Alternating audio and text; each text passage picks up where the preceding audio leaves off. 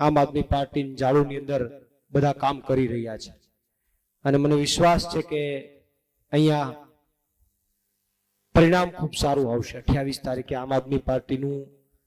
ચંદવાણામાંથી પરિણામ 100% સારું આવશે, કારણ કે રસ્તાના પ્રશ્નો કઈ પૂરા નથી થઈ ગયા, હજી એ બધું ત્યાં અઘરા પ્રશ્નો છે, પ્રશ્નો પૂરા નથી થઈ ગયા, એટલે મને એવો વિશ્વાસ છે કે પરિણામ 110% સારું આવશે। પણ મહત્વની વાત એ છે, મહત્વની ચર્ચા એ છે કે ચંદવાણા જેલ પહેલા આવવાનું થયું હતું, જેલ પછી પાછો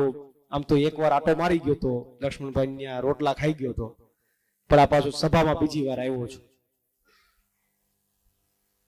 પણ આજે ત્યારે આવ્યો તો ત્યારની વાત અલગ હતી, ત્યારના મુદ્દા અલગ હતા, આજે આવ્યો છું તો આજની વાત અલગ છે, આજના મુદ્દા અલગ છે। તે દિવસ તમારા પ્રશ્નો માટે આવ્યો તો આજે હું કંઈક માગવા આવ્યો છું કે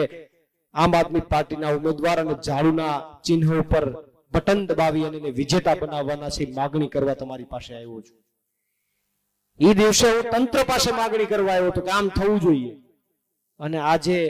હું આ બધા મહાનુભાવો માટે કંઈક માગવા આવ્યો છું, કારણ કે મૂળ મુદ્દો એ છે કે બાંધવું તો મારે છે, લડવું તો મારે છે, મને શોખ છે સરકાર આમે બથોડા લેવાનો।